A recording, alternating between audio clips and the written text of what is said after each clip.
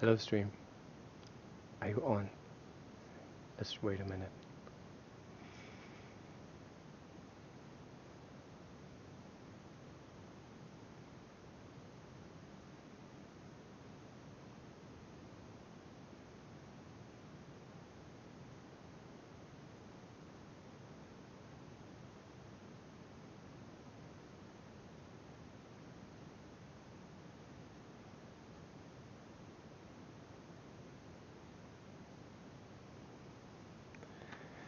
Okay, so the stream is live, and we're back to read some more of the Digha Nikaya.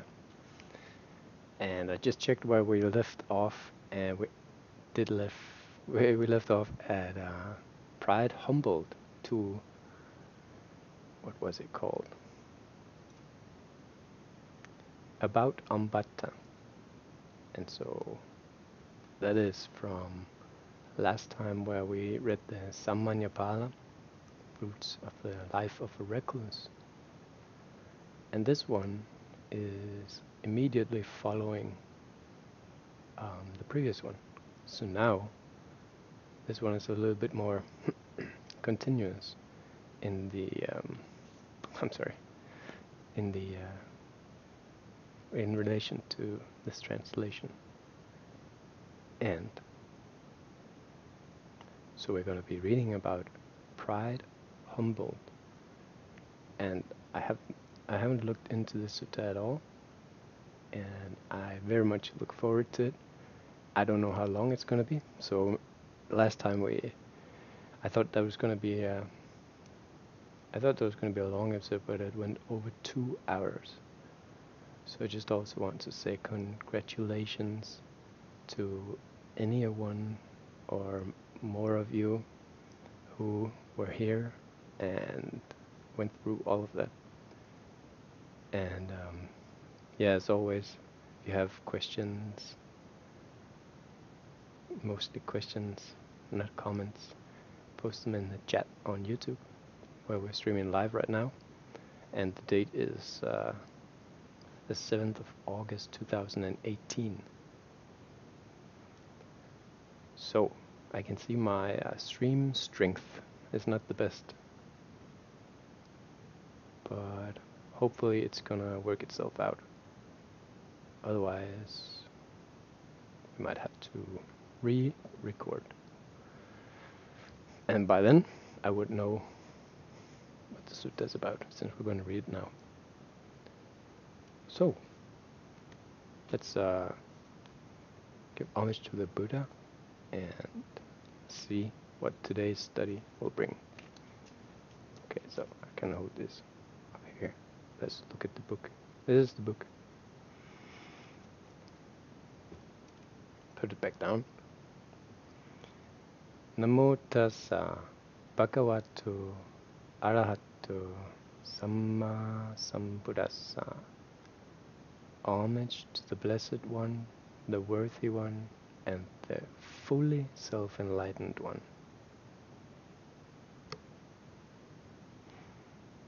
Okay.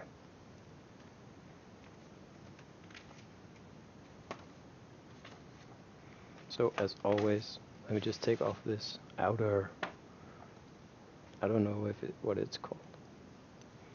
I'm not gonna call it, I was gonna call it like a binder, but let's just get into the sutta instead of speculating about my translations of, yeah.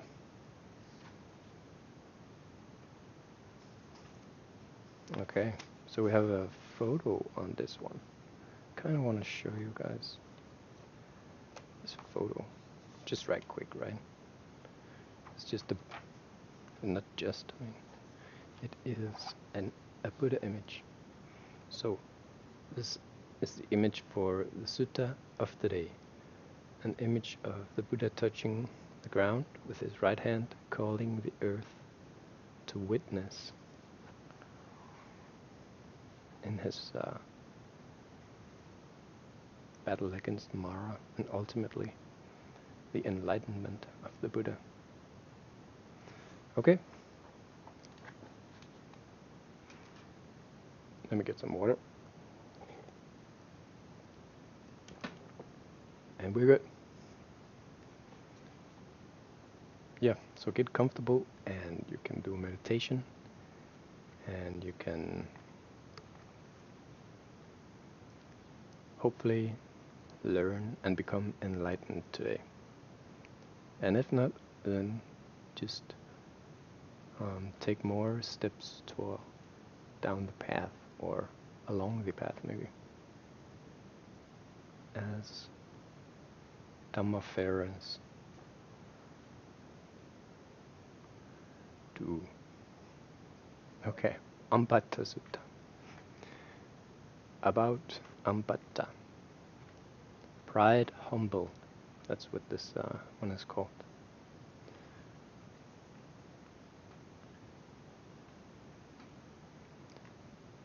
Thus have I heard. Once the Lord was touring Kosala with a large number of monks, some 500, and he came to a Kosalan Brahmin village called Ichanankala.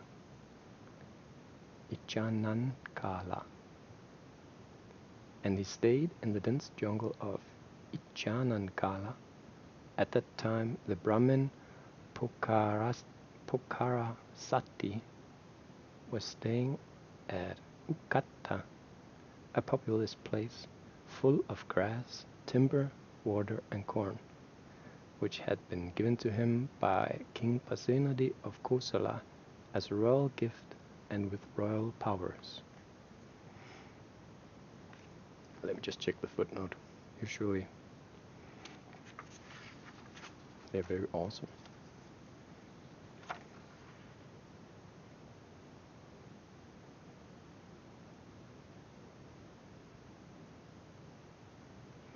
Okay, so it's a stock phrase. Translates on a royal domain on a royal domain as a royal gift, Rajatayang, with power over it as if he were the king, Brahmatayang equals the supreme gift, one which could not be revoked. And that was the footnote to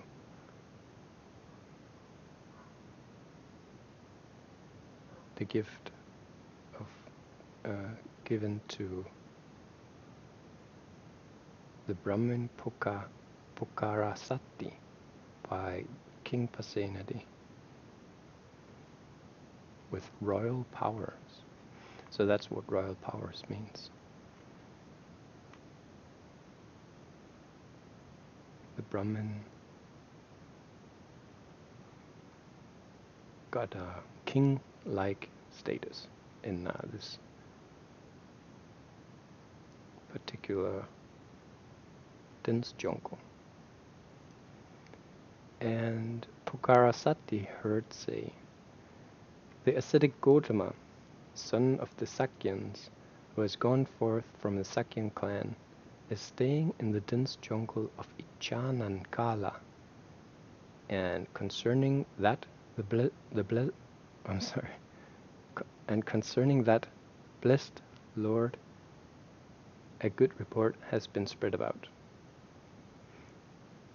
This blessed Lord is an Arahant, a fully enlightened Buddha, perfected in knowledge and conduct, a welfarer, knower of the worlds, unequaled trainer of men to be tamed, teacher of gods and humans, a Buddha, a blessed Lord. He proclaims this world with its gods, Maras, Brahmas, the world of ascetics and Brahmins, with its princes and people, having come to know it by his own knowledge.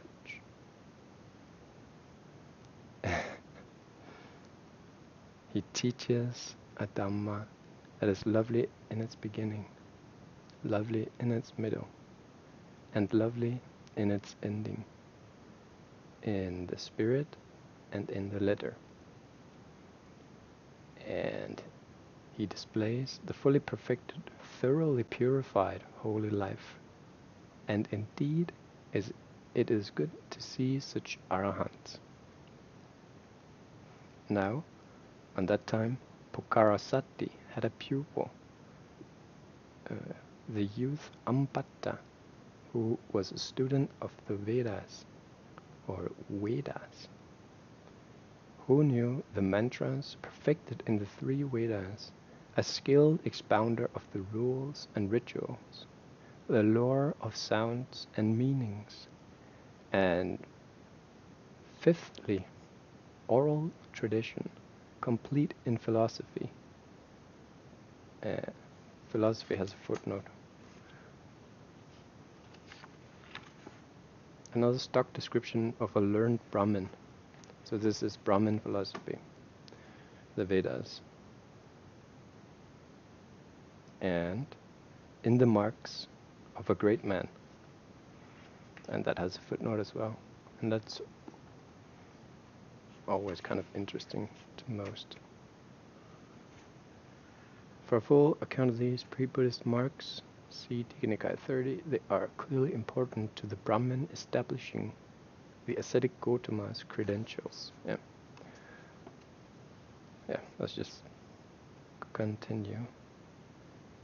Admitted and accepted by his master.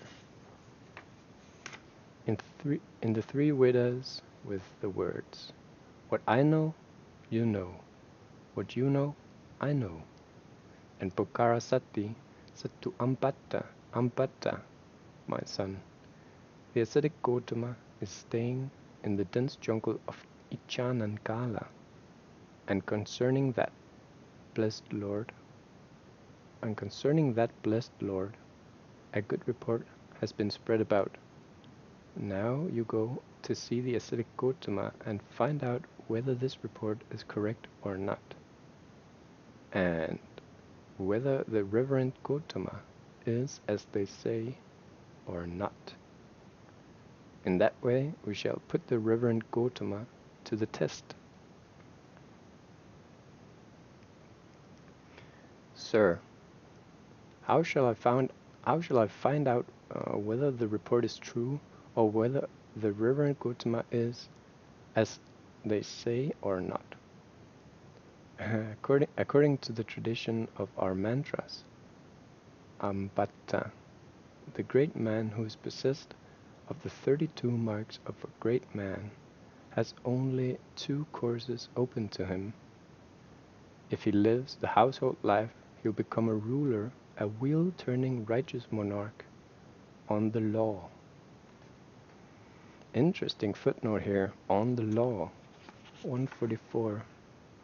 Okay, so it's a Digha Nikaya 17, which also the next footnote says. So Digha Nikaya number 17. Let's not lose our train of thought for finding out where we are ascending. Mahasuddhassa.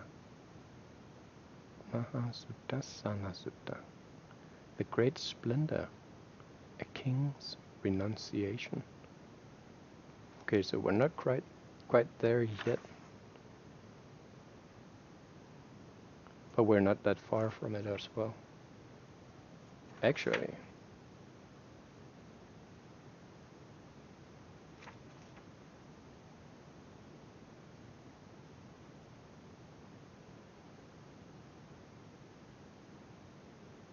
yeah, definitely not far from it. Okay.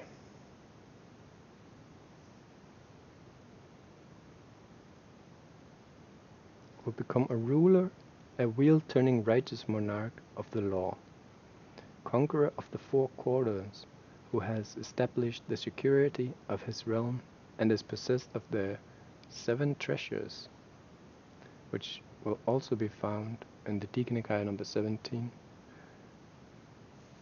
later down the path.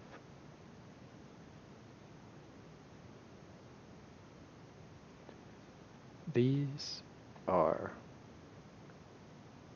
the wheel treasure, the elephant treasure, the horse treasure, the jewel treasure, the woman treasure, the householder treasure, and as seventh, the counselor treasure.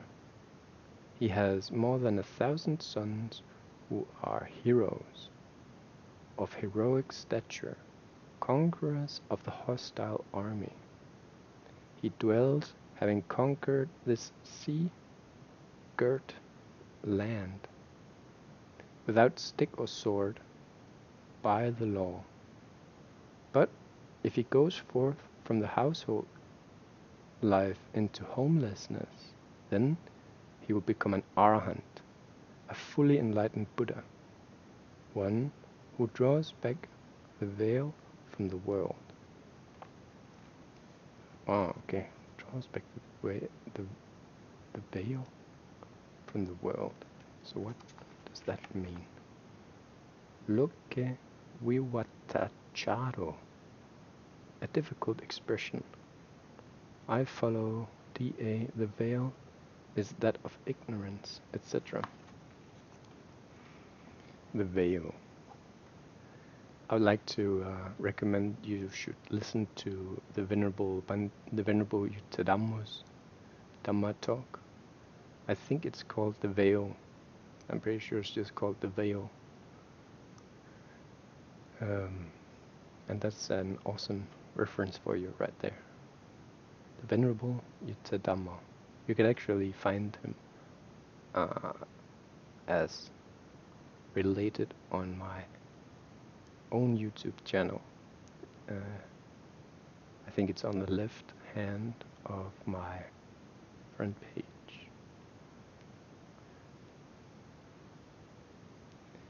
So, and Ambattha, I am the passer on of the man. I'm the passer on of the mantras, and you are the receiver. Very good, sir, said Ambattha at Pukkarasatti's words, and he got up, passed by Pukkarasatti with his right side, got into his chariot drawn by a mare and, accompanied by a number of young men, headed for the dense jungle of Ichanankala. He drove as far as the carriage would go, then alighted and continued on foot. At that time, a number of monks were walking up and down in the open air. Ambattha approached them and said, "Where is the Reverend Gautama to be found just now? We have come to see the Reverend Gautama." The monks thought, "This is Ambattha, a youth of good family and a pupil of the distinguished Brahmin Pukkarasatti. The Lord would not mind having a conversation with such a young man." And they said to Ambattha, "That is his dwelling with the door closed. Go quietly up to it, go on to the veranda without haste, cough, and knock on the bolt. The Lord will open the door to you." Ambattha went up to the dwelling and on the veranda coughed and knocked. The Lord opened the door, and Ambattha went in. The young men entered, exchanged courtesies with the Lord, and sat down to one side. But Ambattha walked up and down, while the Lord sat there, uttered some vague words of politeness, and then stood so speaking before the seated Lord. And the Lord said to Ambattha, "Well now, Ambattha, would you behave like this if you were talking to venerable and learned Brahmins, teachers of teachers, as you do with me, walking and standing while I am sitting, and uttering vague words of politeness?" No, Reverend Gautama. A Brahmin should work with a walking Brahmin. Stand with a standing Brahmin.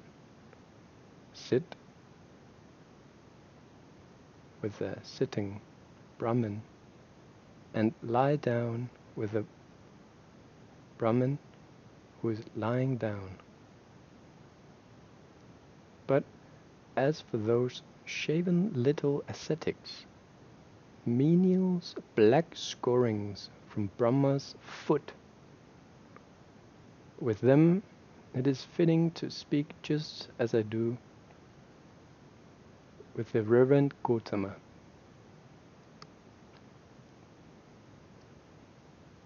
But Ambattha, you came here seeking something. Whatever it was you came for, you should listen attentively to hear about it. Ambattha, you have not perfected your training.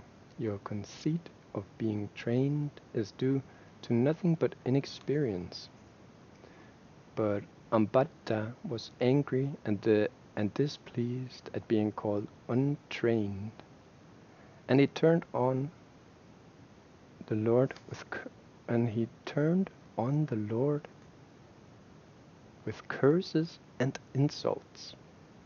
I'm sorry guys, this is kind of hard for me to read, so I'm just trying to focus my mind.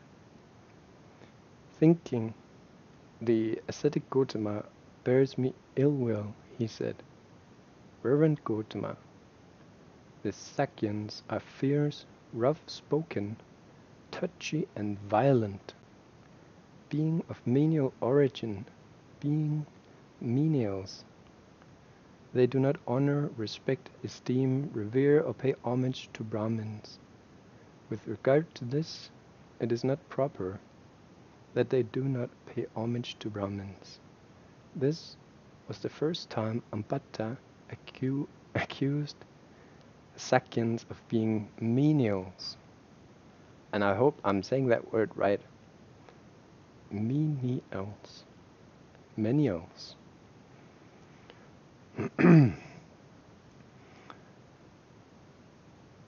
Okay.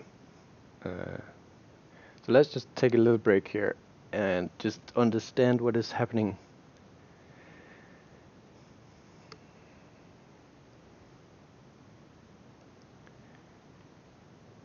Okay, I'm trying to understand what is happening here. So this Ambattha, the pupil of the Pukarasati, walks up and down, insulting and cursing the Lord Buddha and the Sangha, the monks flying up in the air. Yet, the monks said to this Ambattha, even before he entered to speak with the Lord, that the Lord would be pleased to see such a distinguished pupil. No. Such a youth of good family and a pupil of the distinguished Brahmin Pukarasati. Okay. Ambattha, what have the Sakyans done to you? Reverend Gautama, once I went to Kapilavatthu on some business for my teacher, the Brahmin Pukarasati, and I came to the Sakyans' meeting hall.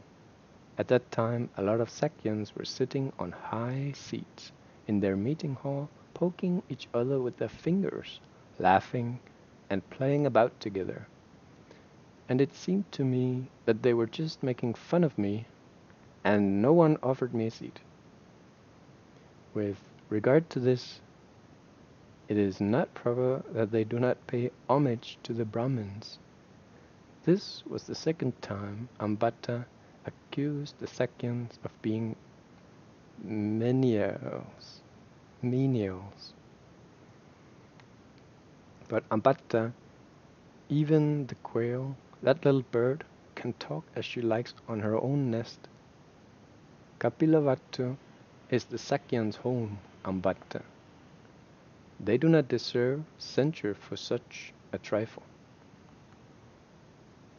Reverend Gautama, there are 4 castes. Footnote 147, long footnote on castes. It says, the division into 4 groups shows the earliest stage of the caste system. In the Buddha's time and in his homeland, the Khatyas, the warrior nobles, the Aryas, but not the latter Aryas, the enlightened beings, most probably. Warrior nobles, to whom he belonged, still formed the first caste, with the Brahmins taking second place, though the latter had already established themselves as the leading caste further west, and were clearly fighting for that position here. The Buddha himself often refers to a different fourfold grouping: Khatyas, Brahmins, householders, and ascetics.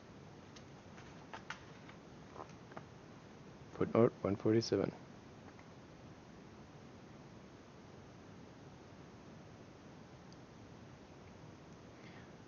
The Khatyas, the Brahmins, the merchants, and the artisans.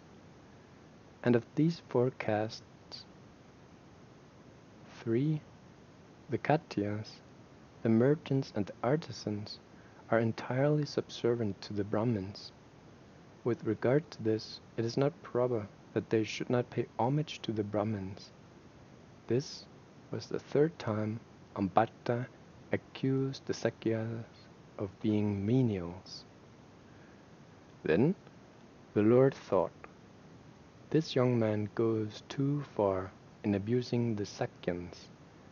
Suppose I were to ask after his clan name. So he said, Ambattha, what is your clan? I am a Kanhayan, Reverend Gautama. Ambattha, in former days, according to those who remember the ancestral lineage, the Sakyans were the masters, and you are descended from a slave girl of the Sakyans. For the Sakyans regard King Okaka as their ancestor. At one time, King Okaka, to whom his queen was dear and beloved, wishing to transfer the kingdom to her son, banished his Hatinya and Sinipura. Wait. Banished his elder brothers, banished his elder brothers from the kingdom, Okamukka, Karandu, and then Hatinya and Sinipura, the 4 brothers of King Okaka. This is interesting. It's kind of new to me as well, you know. So I don't know these guys. I don't remember hearing of them before. Anyways, let me try it and not skip too many lines as we go on. And these being banished, made their home on the flank of the Himalayas, beside a lotus pond, where there was a big grove of teak trees. So we have a footnote for teak trees. Sakka, Sanda. The word Sakka can also mean herb, but here surely bears its other meaning of teak. RD deliberately mistranslated as oak for the sake of a somewhat feeble play on words. There is an actual play on Sakahi, own sisters. just previously. There's an actual play. There's an actual play on Sakai. Okay, I guess I missed the last one. So RD calls this oak as a play on words. And please excuse me, it's like really, really hot. It's very, very hot.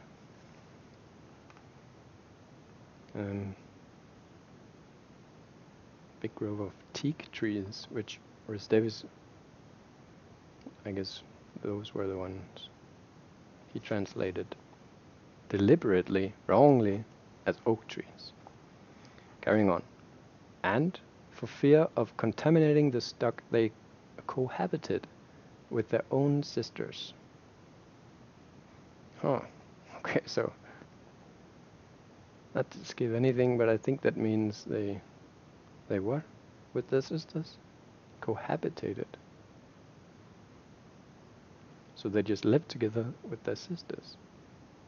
Then King Okaka asked his ministers and counselors, "Where are the princes living now?" And they told him. At this time Okaka exclaimed, "They are strong as teak sakka," or oak. These princes, they are real Sakyans. And they get a footnote. In conformity with the previous note, RD translates hearts of oak! Exclamation mark! Excuse my yelling. But it's a parenthesized exclamation mark. So, there you have it. They are the real Sakyans. Wait a minute.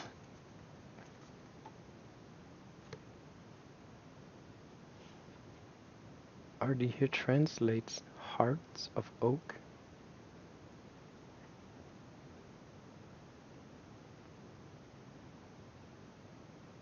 They are the hearts of oak. They are the heart of the teak. The Sakyans are the heart of the oak teak. And that is how the Sakyans get their well-known name. This is all new to me. I haven't read this before, for sure. I mean, if I knew this, it's so cool that I don't actually know it. And the king was the ancestor of the Sakyans. Now, King Okaka had a slave girl called Disa, who gave birth to a black child. The black thing, when it was born, exclaimed, "Wash me, mother." I'm sorry. I mean, so it's just a little weird. I haven't seen this kind of translation. The black thing, when it was born, exclaimed. How do you call it a black thing? The black thing, when it was born, exclaimed, "Wash me, mother. Bathe me, bath me, mother. Deliver me from this dirt, and I will bring you profit." Because Ambattha, just as people today use the term hobgoblin, pisacha,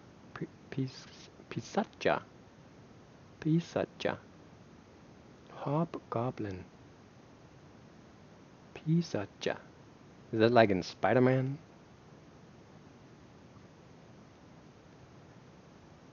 I once surfed the hobgoblin, you know. I got it on video.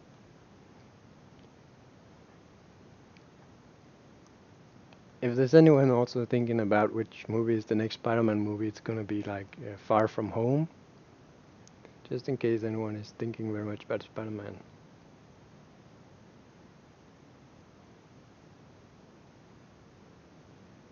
When I don't know if I should say that. Anyways, there's just something I heard of from a monk. Anyways, this is real weird reading. I'm trying to focus. Okay. Because Ambattha, just as people today use the term hobgoblin, pisacha, as a term of abuse, so in those days they said black kanha, and they said as soon as he was born he spoke. He is born a kanha, a hobgoblin. That is how in former days the Sakyan were the masters, and you are descendant from a slave girl of the Sakyans. And that's in the words of the Buddha.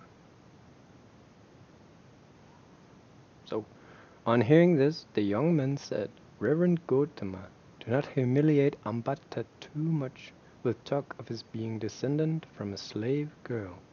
Ambattha is well born, of a good family, he is very learned, he is well spoken, not really, a scholar, well able to hold his own in this discussion with the Reverend Gautama. Then the Lord said to the young man, if you consider that Ambattha is ill-born, not of a good family, unlearned, ill-spoken, no scholar, unable to hold his own in this discussion with the ascetic Gautama, then let Ambattha be silent, and you conduct this discussion with me. But if you think he is able to hold his own, then you be quiet and let him discuss with me. Ambattha is well born, Reverend Gautama. We will be silent, he shall continue. Then the Lord said to Ambattha, Ambattha, I have a fundamental question for you, which you will not like to answer. If you don't answer or evade the issue, if you keep silent or go away, your head will split into 7 pieces. So this is something that happens when someone takes the seat of a Buddha or assumes the knowledge of a Buddha. Their head explodes into 7 pieces. So what does it mean taking the seat of a Buddha? It doesn't mean like you go to the Bodhi tree in Bodh Gaya and you sit and meditate under the tree or near the tree, and then you have taken the seat of a Buddha. Taking the seat of a Buddha is done just like this. What do you think, Ambattha? Have you heard from old and venerable Brahmins, teachers of teachers, where the Kanhayans came from, or who was their ancestor? At this, Ambattha remained silent. The Lord asked him a second time. Again, Ambattha remained silent. And the Lord said, Answer me now, Ambattha. This is not a time for silence. Whoever, Ambattha, does not answer a fundamental question put to him, by a Tathagata, by the third asking, has his head split into 7 pieces, with a footnote 150. A curious thread that never comes to anything and is of course pre-Buddhist, as R.D. observes. So it's a curious thread that never comes to anything.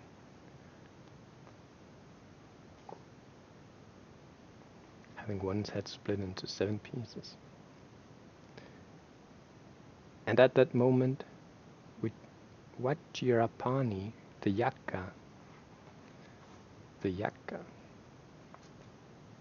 This yakka, equated by Digha with intra, is ready, as in Madhyamaka Nikaya, to take the thread literally.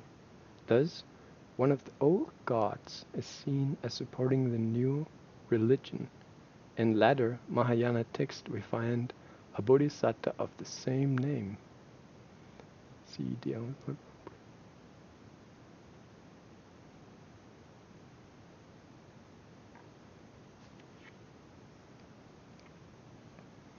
Okay, so the Buddha doesn't actually threaten anyone.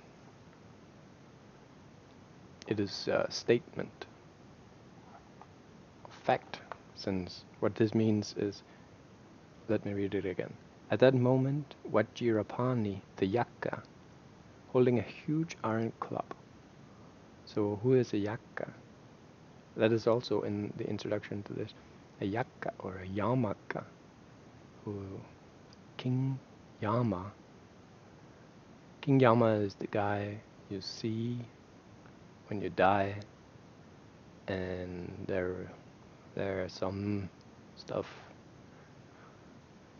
some bad stuff done in this life or the previous lives, and then he decides whether or not you,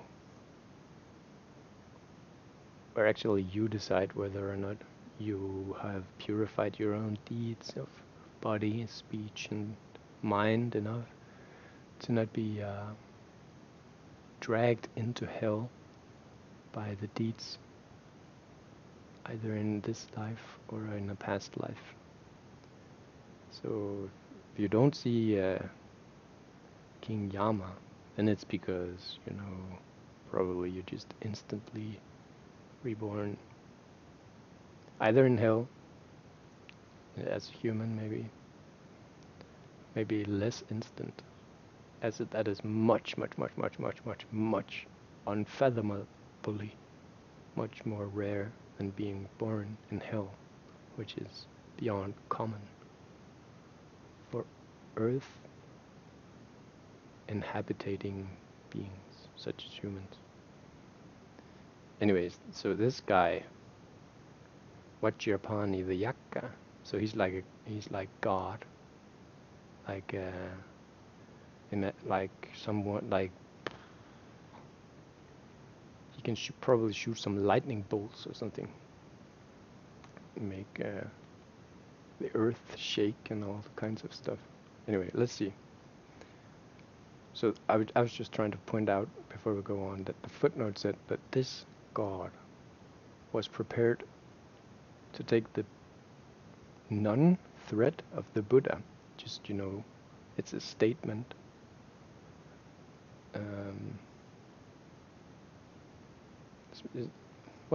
What did the translation say about the non-threat?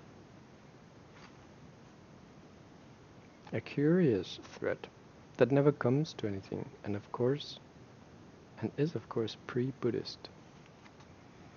So this is probably related to how things were at the time. So kind of at that time, speaking out of turn to holy beings such as the fully enlightened Buddha Gautama. The earth, the earth and the heavens, they cannot stand for it. And with that, let's continue and see what this yakka has happened. Holding a huge iron club, flaming ablaze and glowing up in the sky, just above Ambattha, was thinking, if this young man, Ambattha, does not answer a proper question put to him by the blessed Lord by the third time of asking, I'll split his head into 7 pieces. So there you have it. That was the thought of Intra. Or maybe is his job. There could also be, as his function as yakka, that this is what he does, as per the rulings of Indra at that time, who probably were listening to this. Indra, the god of gods.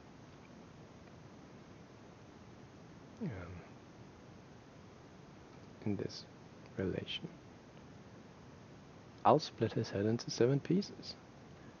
The Lord saw Vajrapani, and so did Ambattha, and at the sight Ambattha was terrified and unnerved. His hair stood on end, and he sought protection, shelter, and safety from the Lord. Crouching down close to the Lord, he said, "What did the Reverend Gautama say? May the Reverend Gautama repeat what he said." "What do you think, Ambattha? Have you heard who was the ancestor of the Kanhayans?" Let me repeat that. The Buddha said, repeated himself. "What do you think, Ambattha?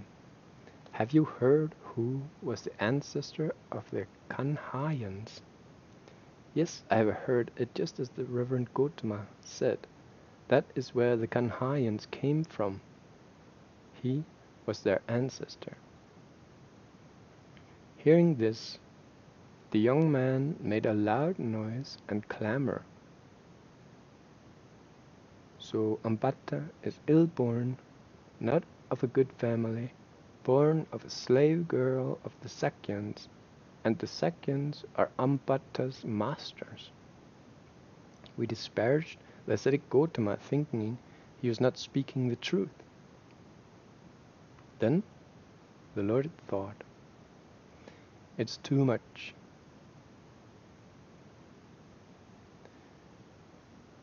The way these young men humiliate Ambattha for being the son of a slave girl, I must get him out of this." So he said to the young men, "Don't disparage Ambattha too much for being the son of a slave girl. That Kanha was a mighty sage." Gets a footnote. 152. Easy. Anglicized. Is he to be identified with Krishna? Krishna. So they're the son of Krishna.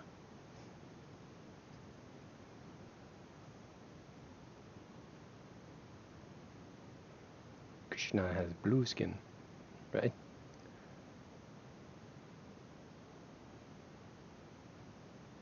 I haven't studied the Vedas.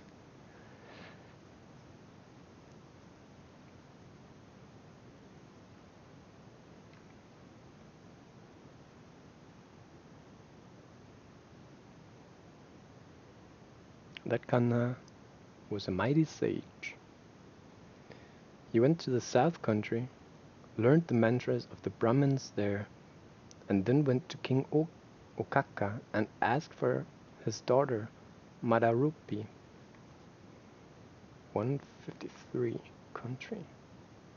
Dakina Janapada, anglicized as the Deccan.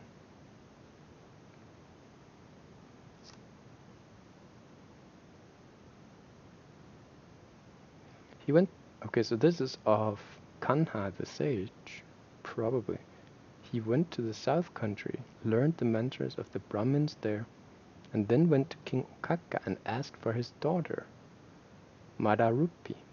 King Okaka, furiously angry, exclaimed, "So this fellow, the son of a slave girl, wants my daughter."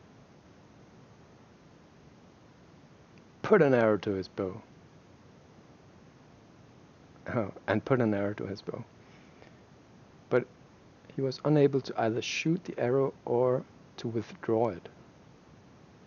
King Okaka was. According to Digha, this was called the Ambattha spell. The Ambattha spell. Then the ministers and counselors came to the sage Kanha and said, "Spare the king, reverend sir. spare the king. The king will be safe, but if he loses the arrow downwards, the earth will quake as far as his kingdom extends. Reverend sir, spare the king, spare the land. The king and the land will be safe, but if he loses the arrow upwards, as far as his realm extends, the god will not let it rain for 7 years. 155. Bluff, according to Digha, in reality, the spell could only stop the discharge of the arrow. Okay, so this Kanha is bluffing a little bit with the guards of the King Okaka. But he was able to seemingly stop the arrows from being let off as part of the Ambattha spell. Reverend sir, spare the king and the land, and may the god let it rain. Let it rains. The king and the land will be safe, and the god will let it rain. But if the king points the arrow at the crown prince, the prince will be completely safe. What does this mean? Then the minister exclaimed, "Let King Okaka point the arrow at the crown prince." And the prince was unharmed. Then King Okaka, terrified and fearful of divine punishment. 156. Brahmadanda, extreme punishment. Okay. Divine punishment. Gave his daughter Madarupi. Gave away his daughter Madarupi. So, young men, do not disparage Ambattha too much for being the son of a slave girl. That Kanha was a mighty sage.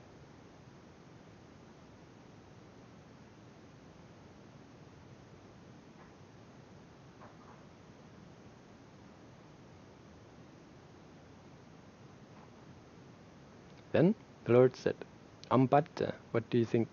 Suppose a Katya youth were to wed a Brahmin maiden, and there was a son of the union.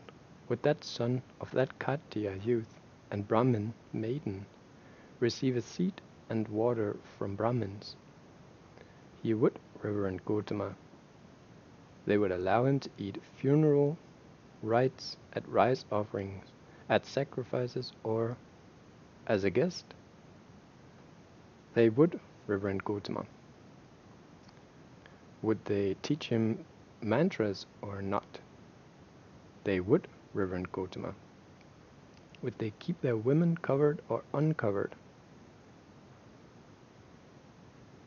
Would they keep their women uncovered, covered or uncovered, Reverend Gautama? So they would keep them uncovered. But would the Katyas sprinkle him with the Katya concentration? No, Reverend Gautama. Why not? Because, Reverend Gautama, he is not well born on his mother's side. What do you think, Ambattha? Suppose a Brahmin youth were to wed a Katya maiden, and there was a son of the union. Would that son of the youth and the Brahmin maiden receive a seed and water from the Brahmins? He would, Reverend Gautama, as verse 24. But would the Katya sprinkle him with the Katya concentration? No, Reverend Gautama. Why not? Because, Reverend Gautama, he is not well born on his father's side. So, Ambattha, the Katyas, through a man taking a woman or a woman taking a man, are senior to the Brahmins.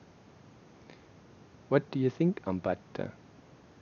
Take the case of a Brahmin who, for some reason, had his head shaved by the Brahmins, has been has had his head shaved by the Brahmins. So that was probably something they did. Shaved off his hair, or as a punishment, has been punished with a bag of ashes and banished from the country or the city.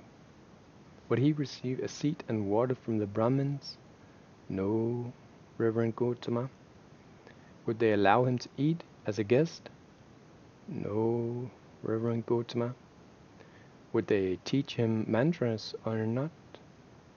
They would not, Reverend Gautama. Would they keep their women covered or uncovered? Covered, Reverend Gautama. What do you think, Ambattha?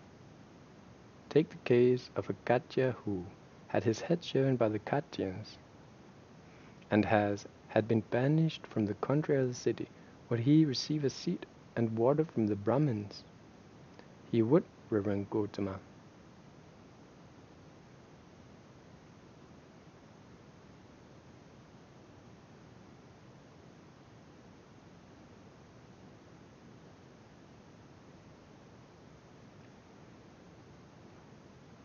He wouldn't, Reverend Gautama.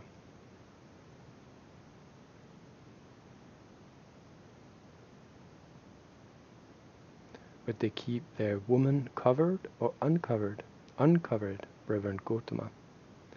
But that Katya has so far reached the extreme of humiliation that he has been banished from the country of the city, or the city. So even if a Katya has suffered extreme humiliation,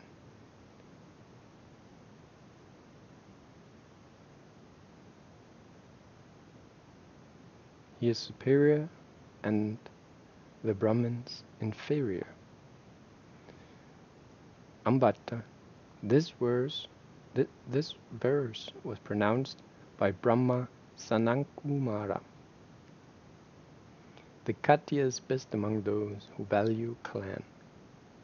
He, with knowledge and conduct, is best of gods and men.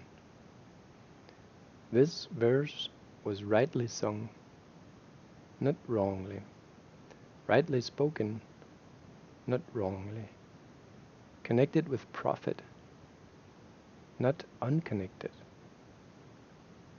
And, Ambattha, I too say this. The Katya's best among those who value clan. He, with knowledge and conduct, is best of gods and men. But Reverend Gautama, what is this conduct? What is this knowledge? Ambattha. It is not from the standpoint of the attainment of unexcelled knowledge and conduct that reputation based on birth and clan is declared, nor on the conceit which says, "You are worthy of me, you are not worthy of me." For wherever there is a giving, a taking, or a giving and taking in marriage, there is always this talk and this conceit.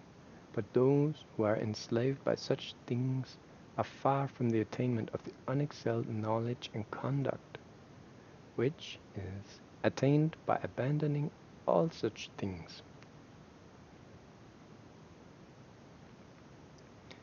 But Reverend Gautama, what is this conduct? What is this knowledge? Ambattha, a Tathagata arises in this world, an Arahant, fully enlightened Buddha, endowed with wisdom and conduct, wayfarer, knower of the worlds, incomparable trainer of men to be tamed, teacher of gods and humans, enlightened and blessed. He, having realized it by his own super-knowledge, proclaims this world with its devas, maras, and brahmas, its princes and people. He preaches the Dhamma which is lovely in its beginning, lovely in its middle, and lovely in its ending, in the spirit and in the letter, and displays the fully perfected and purified holy life. Excuse me.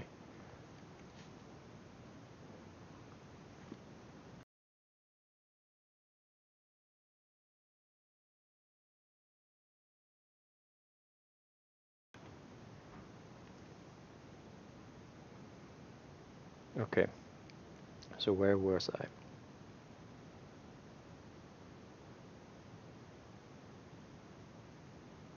I was at a footnote. The fully perfected and purified holy life. Footnote 157.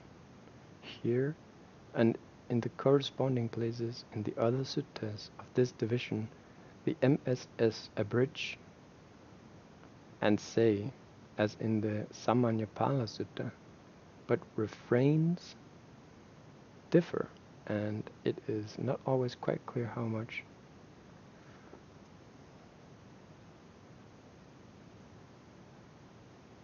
Okay, that's a little bit technical. Anyway, it's good to know. A disciple goes forth and practices the moralities, Sutta 2, Samanyapala, okay. Verse 41, Sutta 2. He guards the sense doors, Sutta 2. Attains the 4 jhanas. Thus, he developed conduct.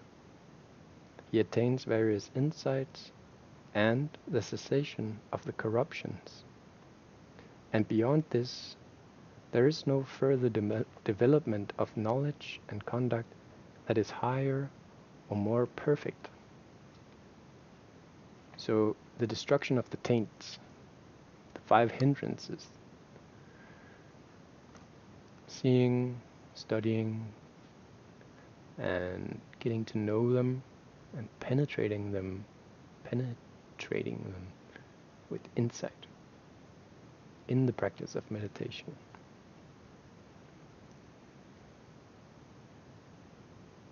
There is no further development or knowledge and conduct that is higher or more perfect.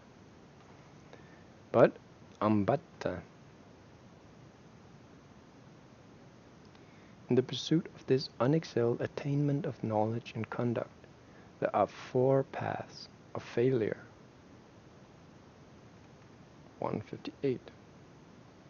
Apaya Mukkani, outlets of loss, leakages.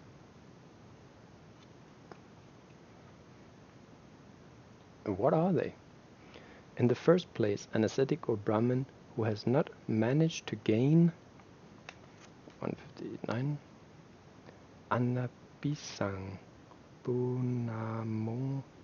Punamanu, almost literally, not up to it. Who has not managed to gain, who is not, okay, to gain this unexcelled attainment, takes his carrying pole, 160, a pole or yoke for carrying his possessions, carrying pole, and plunges into the depth of the forest, thinking, I will live on windfalls. But in this way, he only becomes an attendant on one who has attained. This is the first path of failure. Again, an ascetic or Brahmin, being unable to live on the windfalls, takes a spade and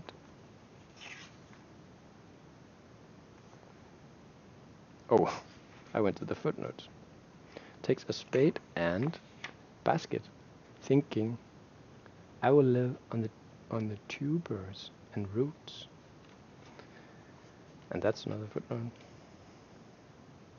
Digging up roots.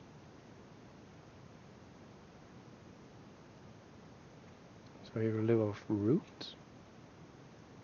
This is the second path of failure. Again, an ascetic or Brahmin, being unable to live on tubers and roots, makes a fire hearth at the edge of a village or a small town and sits tending a flame. He sits tending a flame. 162. the sacred fire, or perhaps Akki, the fire god, so a fire worshipper. This is the third path of failure. Again, an ascetic or Brahmin, being unable to tend the flame, erects a house with 4 doors at the crossroads, thinking, whatever ascetic or Brahmin arrives from the 4 quarters, I will honor to the best of my strength and ability. But in this way, he only becomes an attendant on one who has attained to unexcelled knowledge and conduct. This is the 4th path of failure. So what do you think, Ambattha? Do you and your teacher live in accordance with this unexcelled knowledge and conduct? No, indeed, Reverend Gautama. Who are my teacher and I in comparison? We are far from it. Well then, Ambattha, could you and your teacher, being unable to gain this, go with your carrying poles into the depths of the forest, intending to live on the windfalls? No, indeed, Reverend Gautama. Well, Ambattha, could you and your teacher, being unable to gain this, live on the tubers and roots? Sit tending a flame? Erect a house? No, indeed, Reverend Gautama. And so, Ambattha, not only are you and your teacher incapable of attaining this unexcelled knowledge and conduct, but even the 4 paths of failure are beyond you. And yet, you and your teacher, the Brahmin, Pukarasati, utter these words, these shaven little ascetics, menials, black scrapings from Brahma's foot. What converse can they have with Brahmins learned in the 3 Vedas, even though you can't even manage the duties of one who has failed? See, Ambattha, how your teacher has let you down. Ambattha, the Brahmin Pukarasati lives by the grace and favor of King Pasenadi at Kosala, and yet the king does not allow him to have audience face to face. When he confers with the king, it is through a curtain. Why should the king not grant audience face to face to one on whom he has bestowed a proper and blameless source of revenue? See how your teacher has let you down? What do you think, Ambattha? Suppose King Pasenadi was sitting on the neck of an elephant, or on horseback, or was standing on the chariot mat, conferring with his ministers and princes about something, and suppose he were to step aside and some workman or workman's servant were to come along and stand in his place. And standing there, he might say, "This is what King Pasenadi of Kosala says." Would he be speaking the king's words as if he were the king's equal? I said squeaking. Would he be speaking the king's words as if he were the king's equal? No, indeed, Reverend Gautama. Well then, Ambattha, it is just the same thing. Those who were, as you say, the first sages of the Brahmins, the makers and expounders of the mantras, whose ancient verses are chanted, pronounced, and collected by the Brahmins of today. Attaka, Vamaka, Vamadeva, Vesamita, Yamataki, Anki, Rasa, Bharat, Vacha, Vasita, Kassapa, Baku.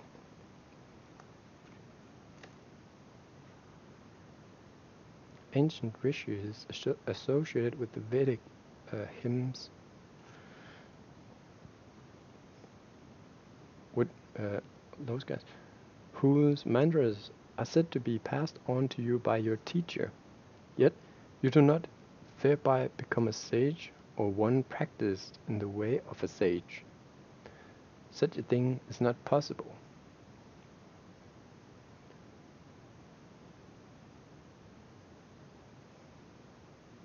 So what does this mean?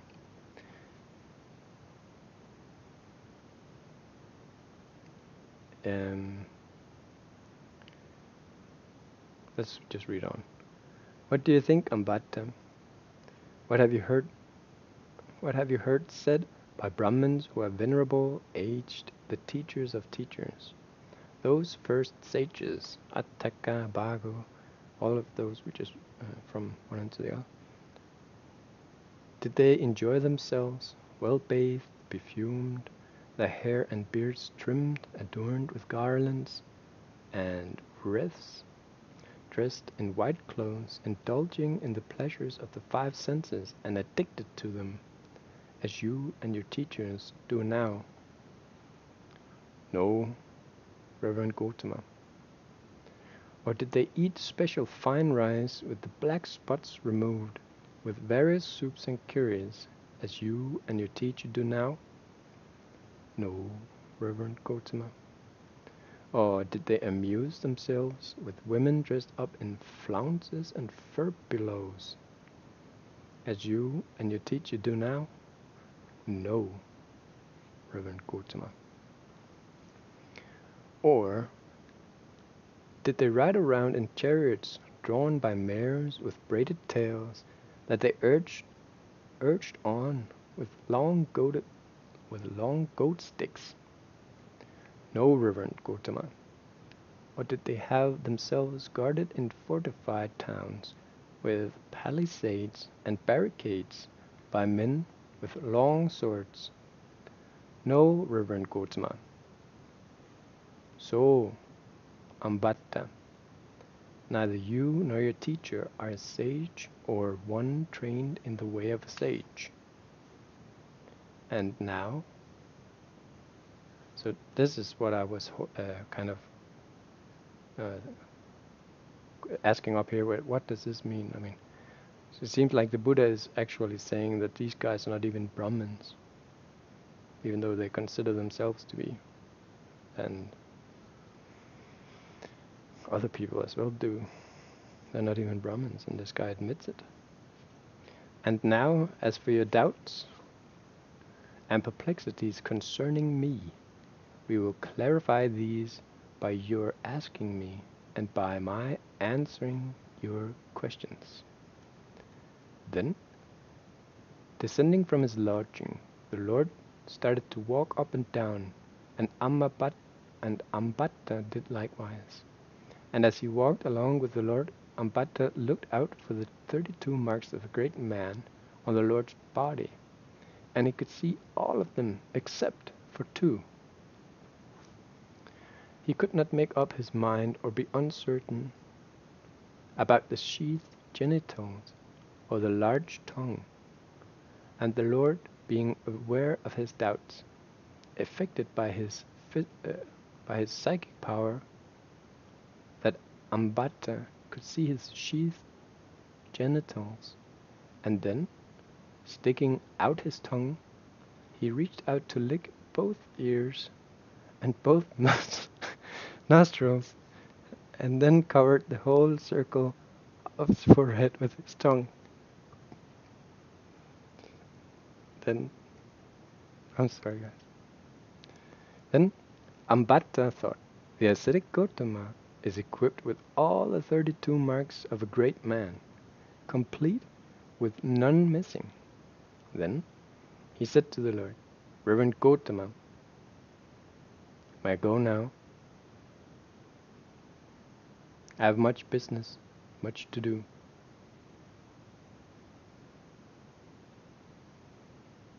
Ambattha, do what you now think fit. So Ambattha got back to his chariot drawn by mares and departed. Meanwhile, the Brahmin Pukarasati had gone outside, and was sitting in his park with a large number of Brahmins, just waiting for Ambattha. Then Ambattha came to the park. He rode in the chariot as far as it would go, and then continued on foot to where Pukarasati was, saluted him, and sat down to one side. Then Pukarasati said, "Well, dear boy, did you see the Reverend Gautama?" "I did, sir." "And was the Reverend Gautama such as he is reported to be, and not otherwise? And is he of such nature and not otherwise?" "Sir, he is as he is reported to be, and he is of such nature and not otherwise.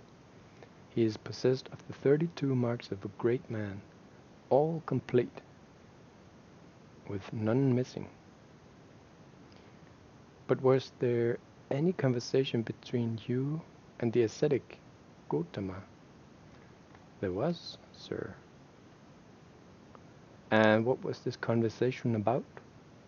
So Ambattha told Pukarasati all that had passed between the Lord and him. At this, Pukarasati exclaimed, "Well, you're a fine little scholar, a fine wise man, a fine expert in the 3 Vedas. Anyone going about his business like that ought, when he dies at the breaking up of the body, to go to the downfall, to the evil path, to ruin, to hell.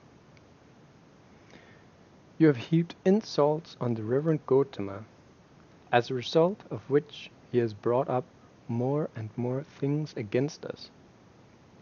You're a fine little scholar." He was so angry and enraged that he kicked Ambattha over and wanted to start out at once to see the Lord.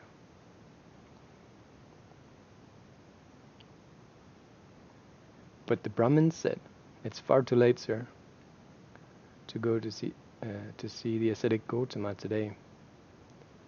The Reverend Pukarasati should go to see him tomorrow." Then Pukarasati, having had fine heart and soft food prepared in his own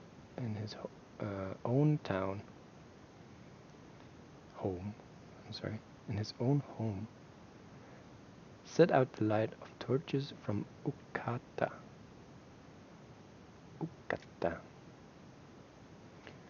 So you're actually supposed to say Ukkata, like that, since it's the double consonants. So that's just some Pali here.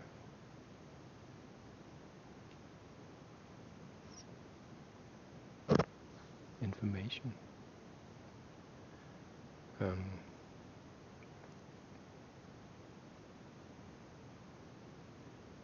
Set out the light torches.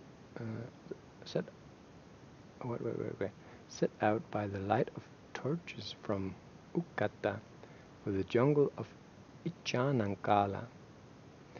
He went by chariot as far as possible, then continued on foot to where the Lord was.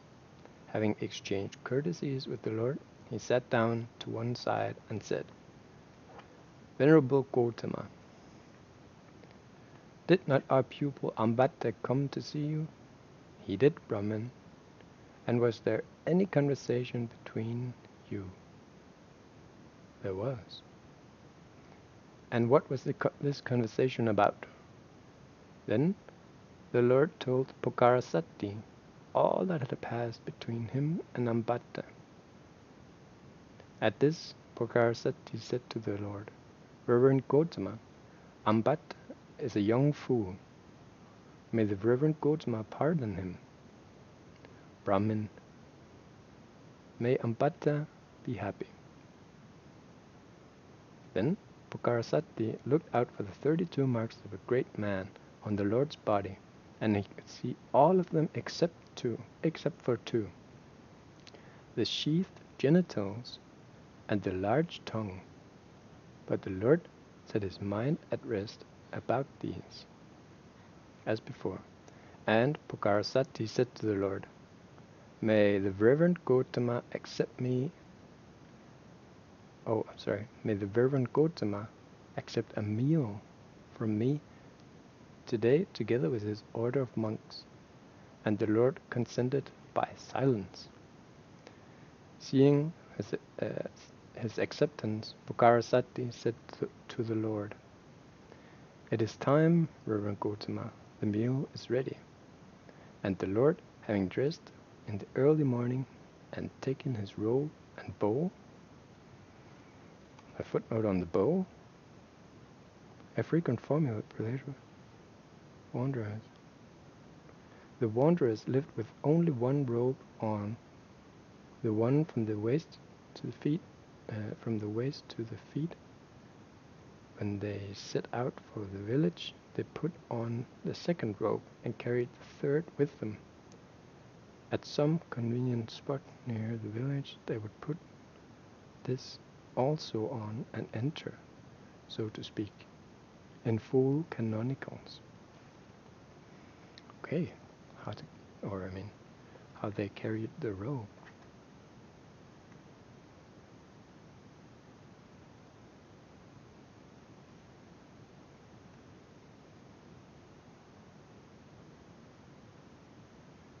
Went with his order of monks to Pukarasati's residence and sat down on the prepared seat. Then Pukarasati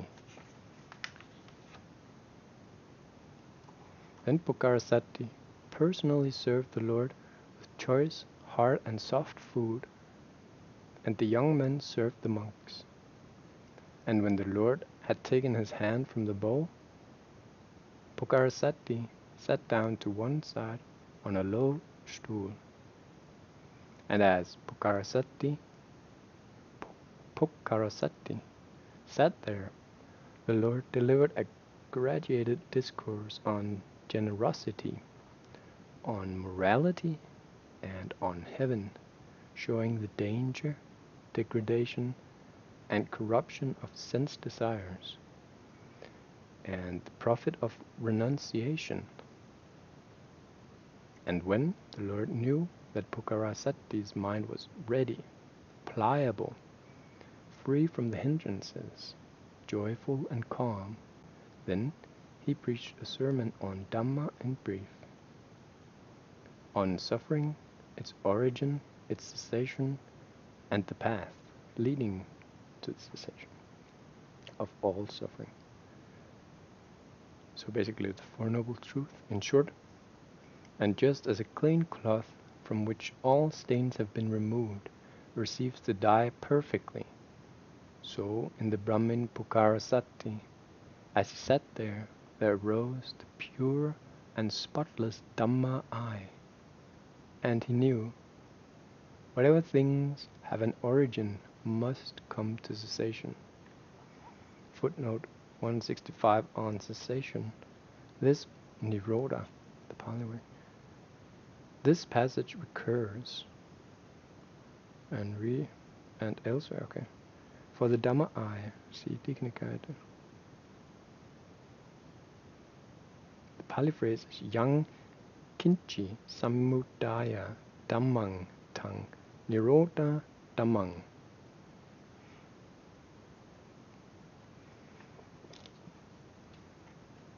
This means seeing cessation, of the truth of cessation, not just seeing, also recognizing and understanding the truth of what has been seen.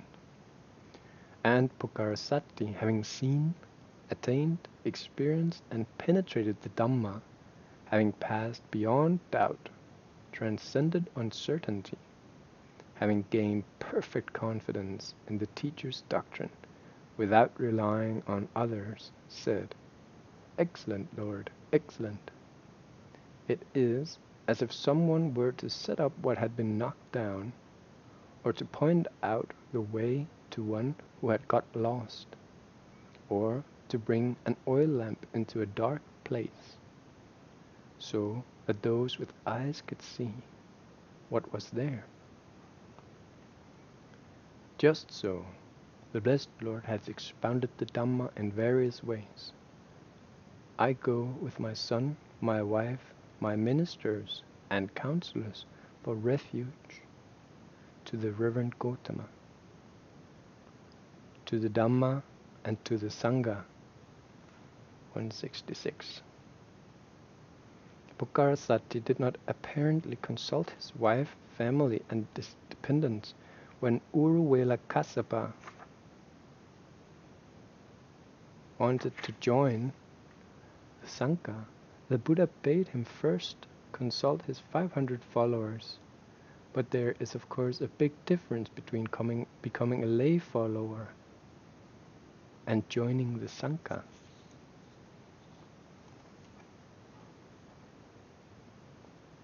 Noted.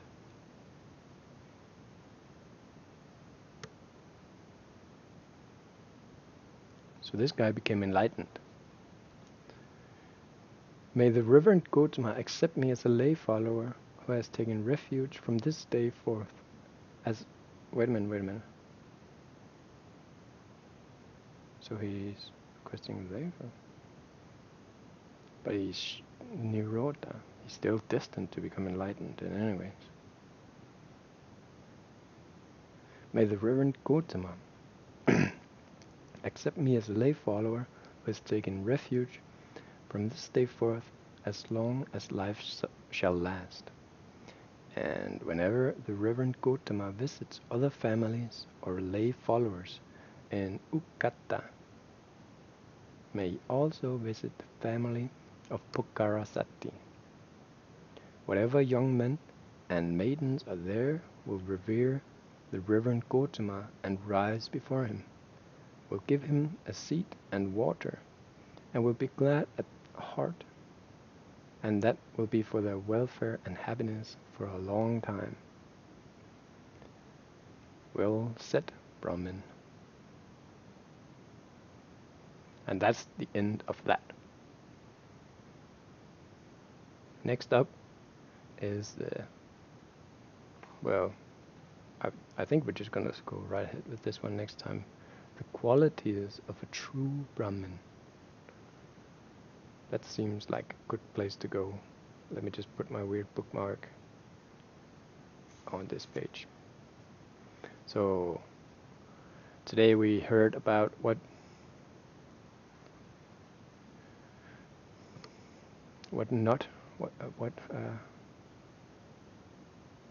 how not to be a Brahmin. And so next time, hopefully we could learn about the qualities of a true Brahmin. Someone who does not curse out and revile and insult the Buddha and the Dhamma and the Sangha to their faces.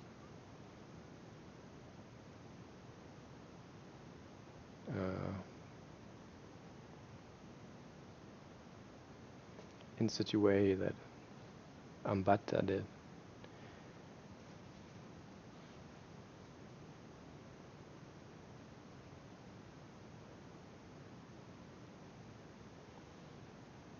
Anyways, thank you so much for listening.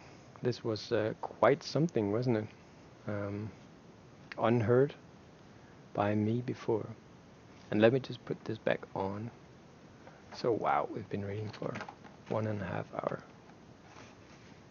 Isn't that kind of amazing?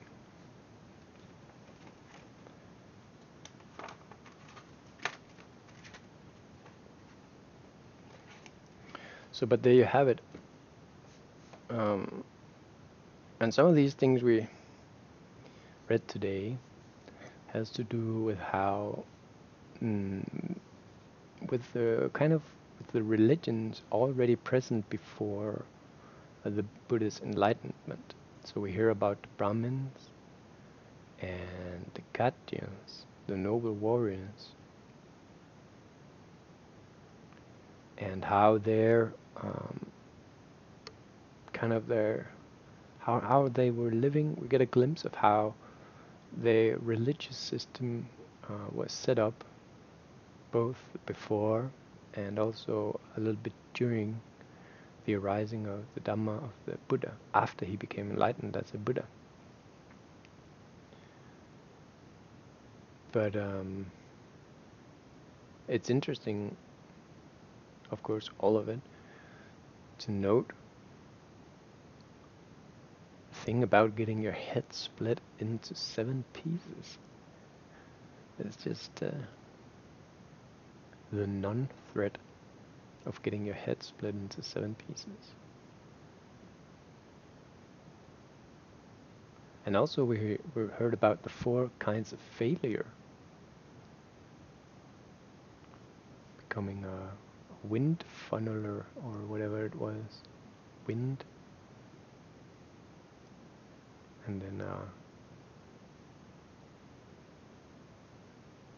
forest eating roots, just subsiding of the roots. And then being a fire worshipper. And then being a householder. All of these 4 failures who spent their lives taking care of Brahmins and ascetics, and of course themselves as they have drawn back to the household life. Not even equal to such a failed person are these Brahmins, as per the word of the Buddha. And so with that, I would just like to say thank you so much for listening, and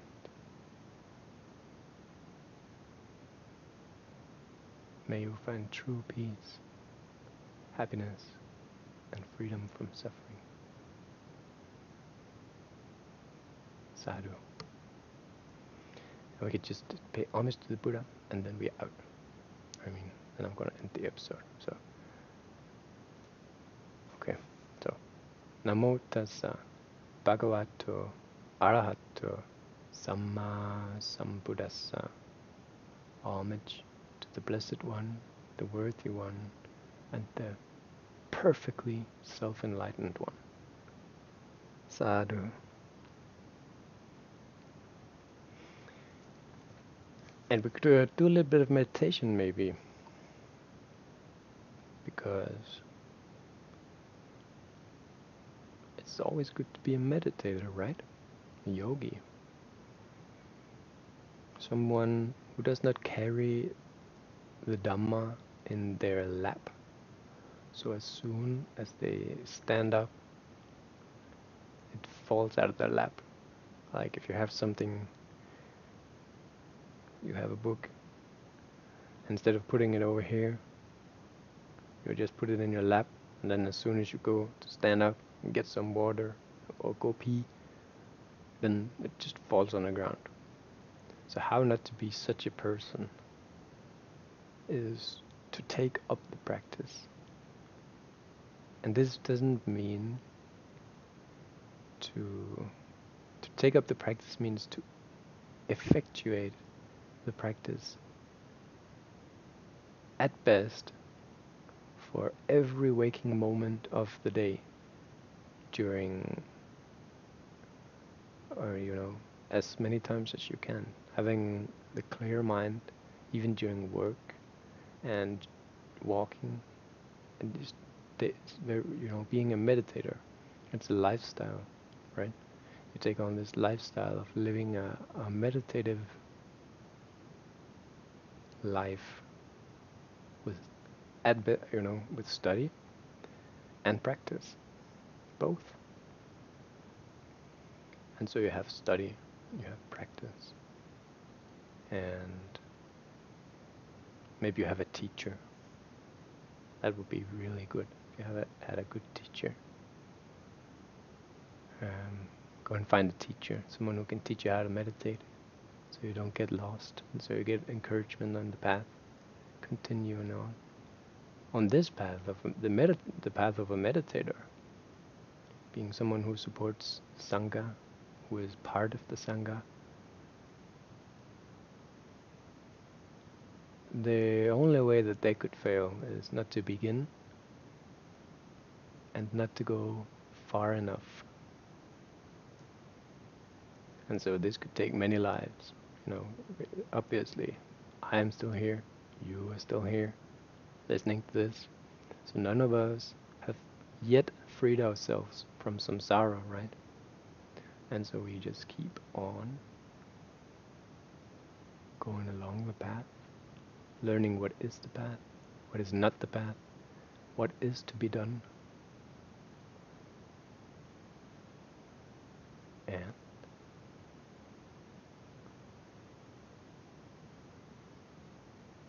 of course, also keeping the 5 precepts. If you want to be a meditator, you should keep the 8 precepts of not, beautifying yourself, and listening to music and watching shows, watching TV shows, and going to concerts, sleeping on high beds, and using big chairs, and not sleeping long hours, and not eating afternoon, living the meditative life with the 8 precepts. That is something to be seen for oneself. And it is something that really, really effectuates the meditation practice. Meaning that with or without previous study, one would come to see things instead of just conceptualizing and thinking about things. Like if you think about what it is, let's just take an example. When you think about meditating, then you're thinking about meditating. You're thinking about doing meditation.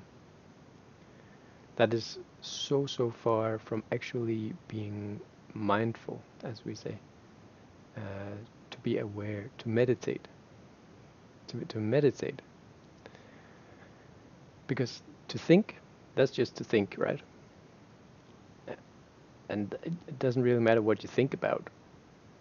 If you think about meditation, if you think about dinosaurs, if you think about prison, or whatever you can think about, that's just thinking, right? It's one of the 6 senses. One of the 6 senses which should be guarded.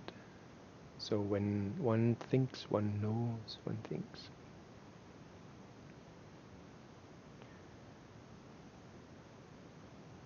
And there's a big difference from just, thinking about meditation and doing meditation. That was what I was trying to get at here. And I realized that I'm kind of just saying like, yeah.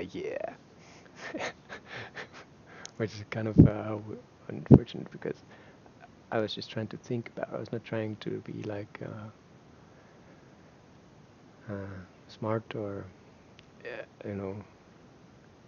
pretend to say that, oh, I'm just a meditator, I'm not a failure.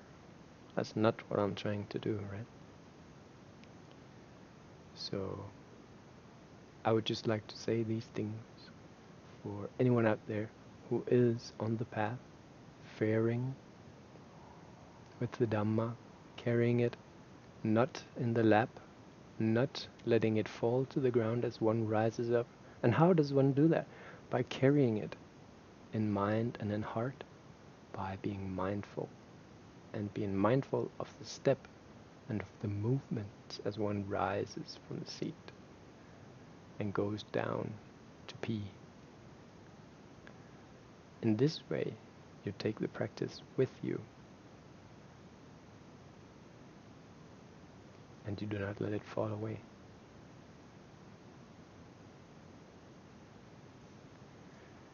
And that's what it's like to be a meditator. And also, I would just like to say, people living in the world, like someone with a job, or,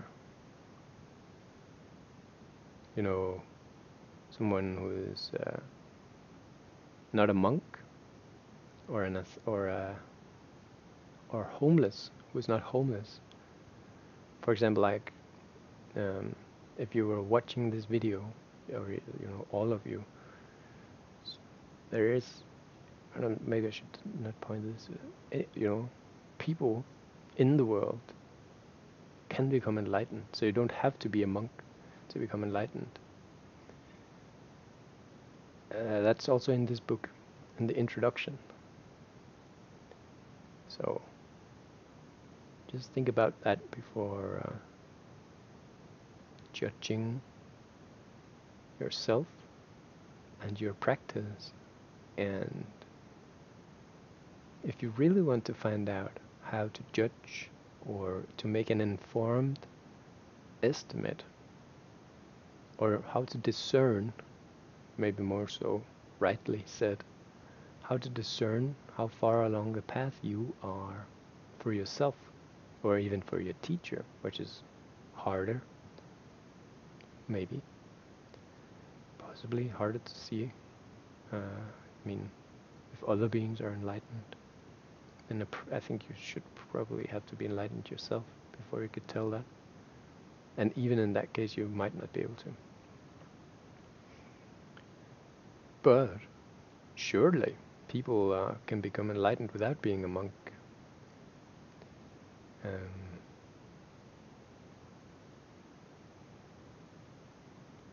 And so, what is the first stage of enlightenment? That is just this: seeing cessation, nirodha. Someone who has seen nirodha is bound for enlightenment within 7 lifetimes. It's like a destiny thing.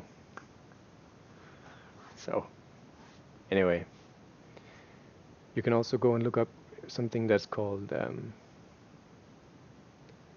the mirror of the Dhamma. That is how the Buddha explained to the monks how to discern for themselves how far along the path that they have come. So try and search. Probably just write the Dhamma mirror, or the mirror of the Dhamma, or something like that. I think the Venerable Bhante Samahita on YouTube should have a video about that. You should check that one out. So that's another awesome reference for you. And so we have 1 hour and 42 minutes, and I think we should just end it at that. So peace and be well. That's my mom. Peace.